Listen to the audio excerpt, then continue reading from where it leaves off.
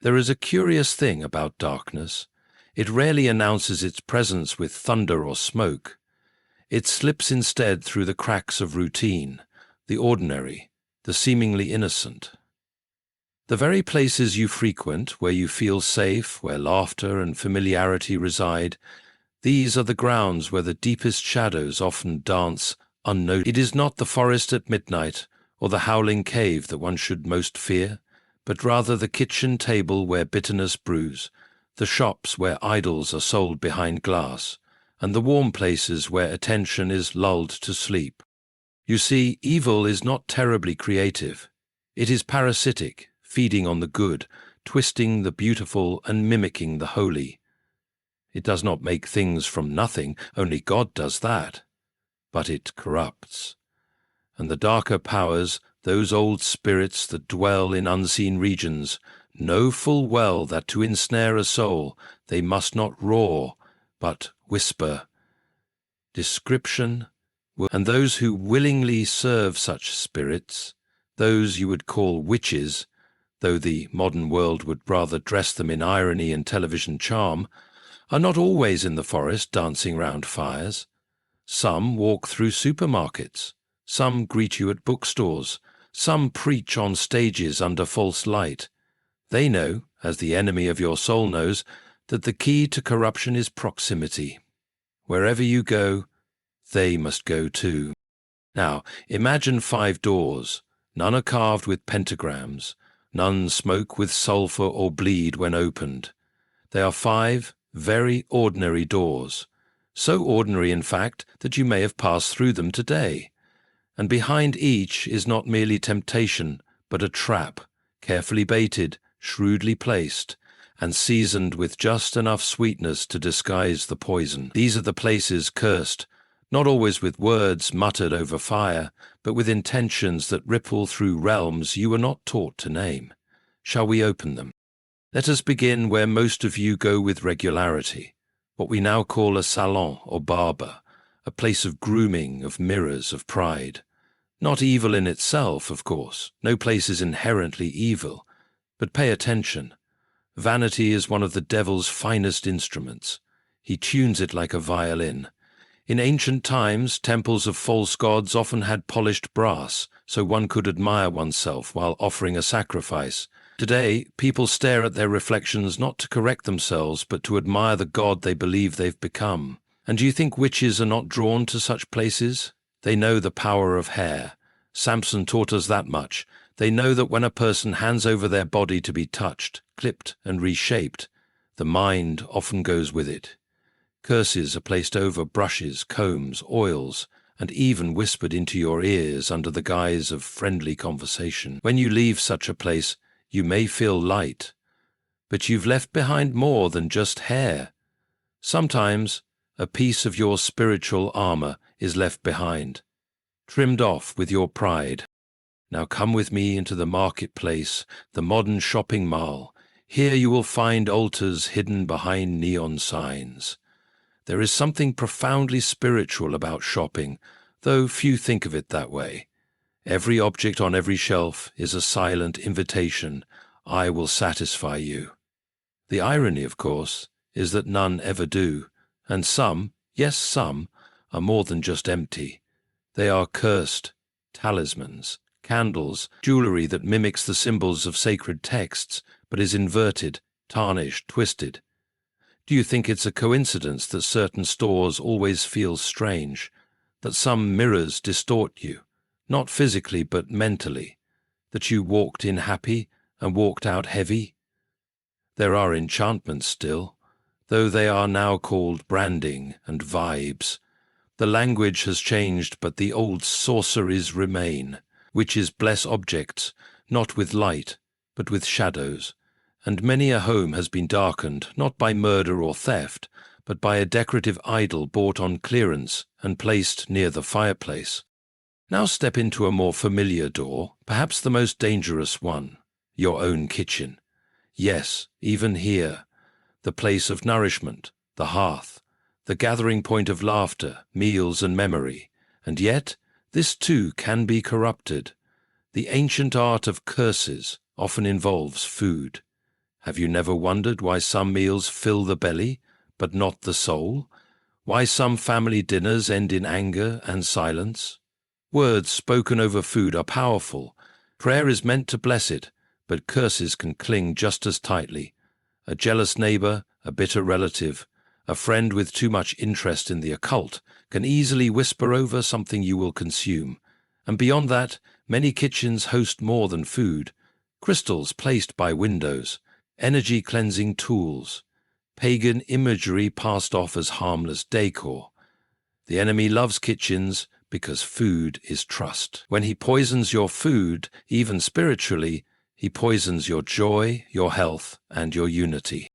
Now we approach the fourth place, often the loudest, sometimes the most glamorous, the stage. I don't mean just theatre, though that too has its dangers. I mean any platform where influence flows like wine. Musicians, speakers, entertainers, yes, even some who speak in the name of God. The stage is where deception is applauded. Performance is a noble art when grounded in truth. But the devil was a performer long before any man wrote a script. He knows how to use light to hide shadows, how to sing lies into melodies that sound like salvation. There are witches, real witches, who use the arts to cast spells over masses, not always with potions or potpourri, but with lyrics, with rhythm, with influence. And people cheer their own chains. They beg for the enchantment. Make me feel something, they cry, and they are made to feel. But not always what is holy. You must watch with more than your eyes and listen with more than your ears. Measure the fruit, always the fruit.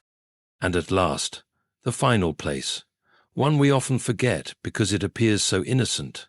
The playground, the park, the space of children. If I were the enemy, and I most certainly am not, I would aim first for the youngest. For what is easier than shaping a soul still soft with wonder? Witches, those who serve darkness whether they admit it or not, have long targeted the places of play. Toys embedded with dark symbology, stories that twist truth and call it fantasy, games that teach rebellion and dress it in humor. Even certain locations, sandboxes and swings, are prayed over, not for protection, but for invasion.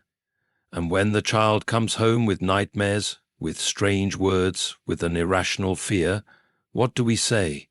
It's just a phase. No, it is a war, and your child's innocence is the battlefield. Do you see it now? The devil does not need you to visit his castle. He brings it to your doorstep. He does not wait for the spiritually curious to knock on occult doors. He whispers through keyholes of routine. The places cursed are not the ones you avoid, but the ones you visit daily.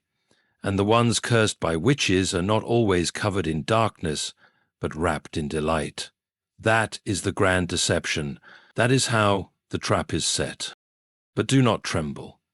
Light is stronger than shadow. Christ is not afraid of these places, nor should you be.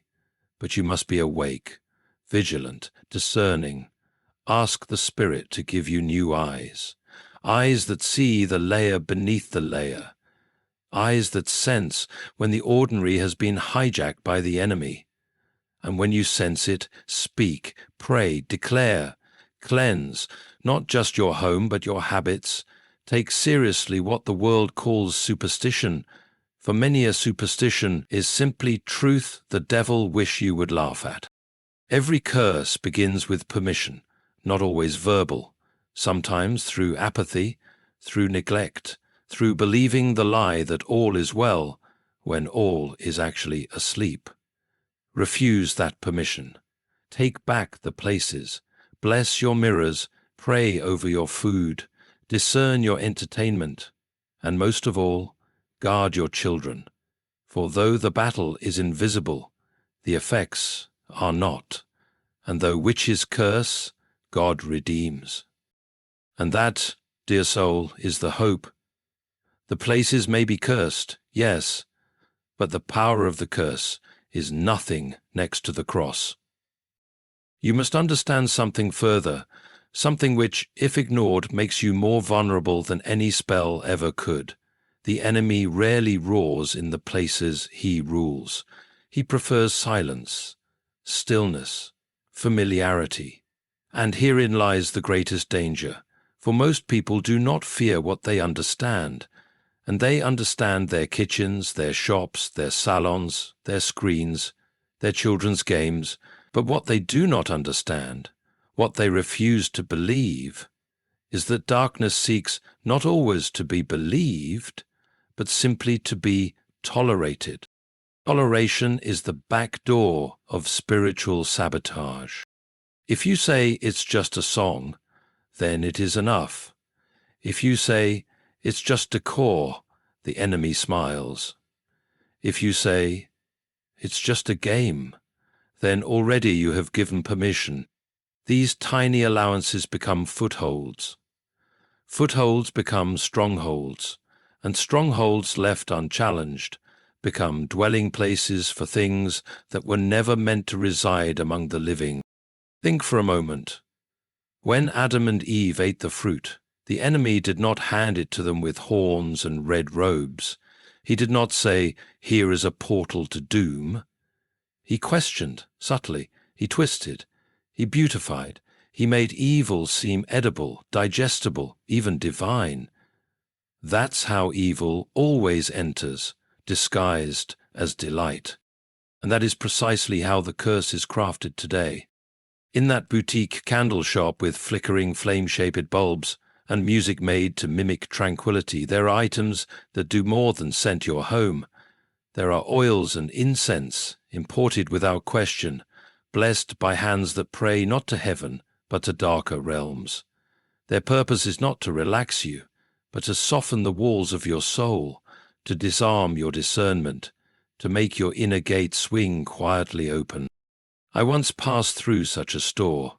It was filled with books promising inner alignment, stones arranged by chakra, and statues of laughing gods with too many arms.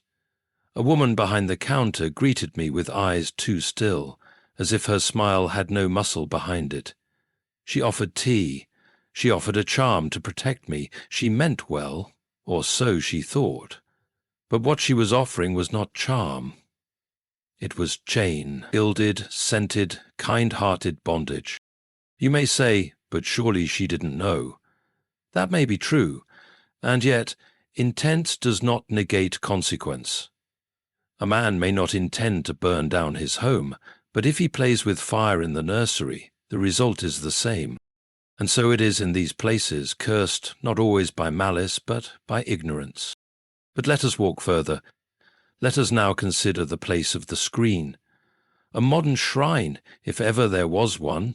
For what is a shrine if not a place where minds gather, where focus converges, where hearts are stirred and beliefs are shaped?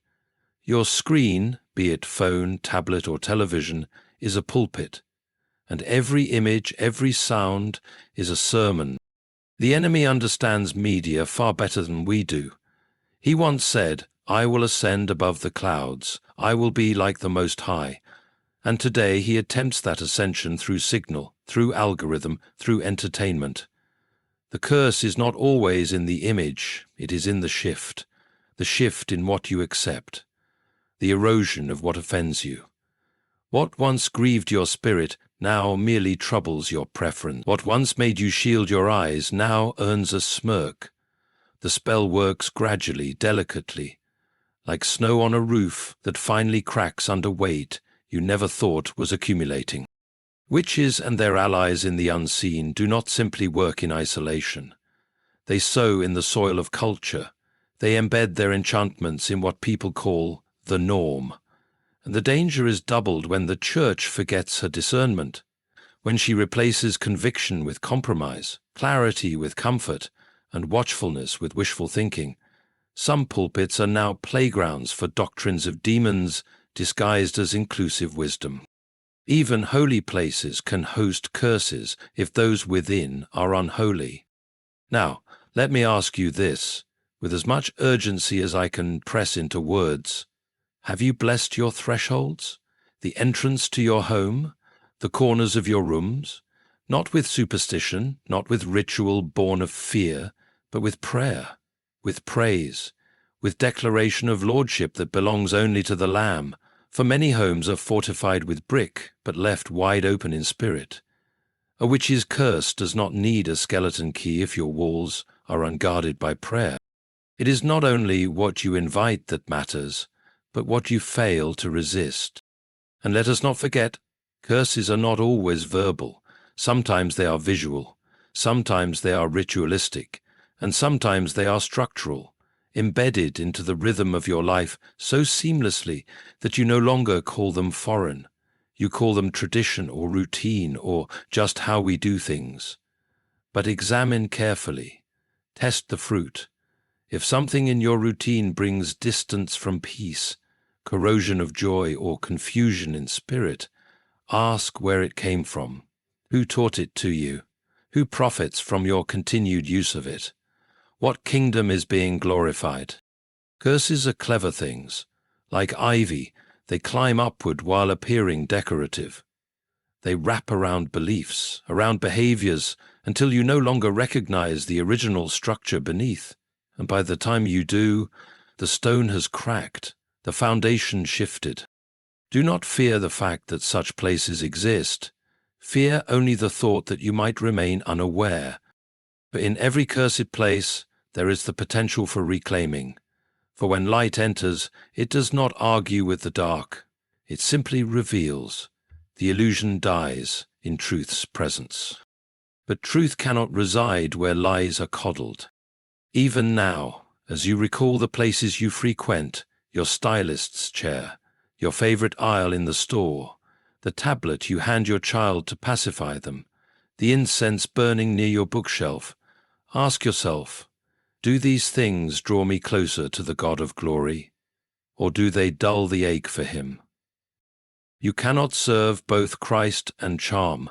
You cannot host both Holy Spirit and horoscopes. You cannot keep company with angels while entertaining the witch's whisper, even when she wears lip gloss and speaks in affirmations. The snare is always attractive. That is the warning few want to hear. It's not ugly, grotesque, or chilling. It's beautiful. That is what makes it dangerous. You will not run from what you admire. You will not rebuke what you romanticize. And so the enemy dresses the curse in couture. He presents it with ambient music and polite language, but beneath it, rottenness. If your soul has ever felt heavy without knowing why, if you've ever brought something home and peace fled the room, if a friendship once innocent has become strangely cold or spiritually tense, if your dreams have turned from visions of God to dread and decay, if laughter turns to arguments in the same spot every time, then perhaps a curse has been hidden in plain sight. Not to alarm you, no, but to awaken you. And awakening is the beginning of cleansing. Awakening means noticing the subtleties, the slight chill that lingers near a doorway, the uneasy silence that falls when a certain object is placed upon a shelf, the inexplicable fatigue that creeps in after a visit to a familiar place. These are the fingerprints of the unseen, marks left not in blood or flame, but in spirit. And the enemy is patient. He does not rush the harvest. He cultivates it with a slow and steady hand. Consider, too, the power of words. Spoken curses or blessings, which do you allow to rest upon your lips? The witches, whether clothed in black robes or subtle smiles, understand the potency of language. The Bible tells us that life and death are in the power of the tongue. When you murmur doubt, when you speak defeat, when you joke about despair, you invite forces that seize upon such invitation. But when you declare truth, when you call forth light, when you speak with faith, you erect barriers no curse can penetrate. It is a spiritual war waged in whispers, and so your presence in these everyday places becomes a battleground, not because they are inherently evil, but because they are vulnerable to the influence of darkness. The salons where pride is nurtured, the stores where temptation lingers behind every display, the kitchens where families gather in love or strife, the stages where culture is shaped, and the playgrounds where innocence is tenderly formed. All these are theatres where the unseen drama unfolds. But the war is not merely external, it is internal as well. You carry within you the capacity to welcome or to repel these dark influences. The enemy is not merely trying to curse your environment, he is aiming to ensnare your heart, your mind, your very will. And once trapped within, even the brightest light outside can seem dim. Yet there is a way forward. It begins with vigilance, not paranoia, but sacred awareness. A refusal to ignore the quiet signals, a commitment to walk in the light, even when shadows appear comfortable. It means filling your spaces with prayer, with the Word, with holy objects that testify to your allegiance, not to superstition, but to the living God. You may find it helpful to examine each of these places anew. What unseen forces might be lurking? What subtle invitations have you accepted without realizing? Are your mirrors reflecting truth or illusions? Are your shelves adorned with objects that honor God or that serve another master? Are your ears attuned to messages that build up or tear down? Are the children in your life shielded from the cultural enchantments that seek to warp their innocence?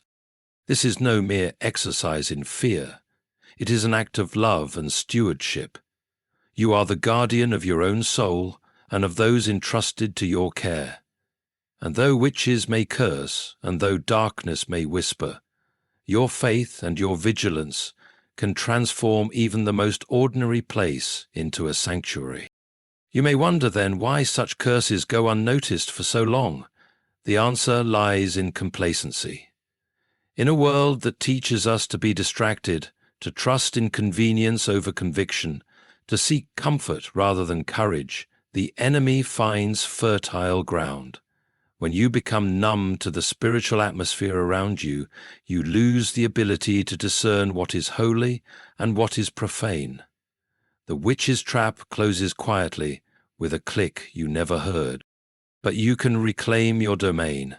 You can cleanse these everyday places, not by magic, but by faith, by speaking words of life over your home and your family, by rejecting the counterfeit and embracing the true, by refusing to be a silent witness to the slow erosion of your spirit.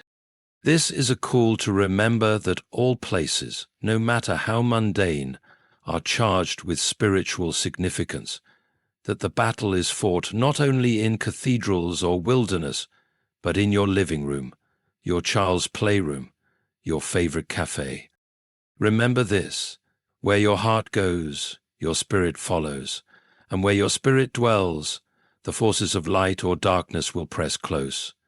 Choose then to dwell where Christ is Lord, to walk where his light shines brightest, to refuse the subtle curses that lurk in the everyday. The battle is long, but the victory is sure.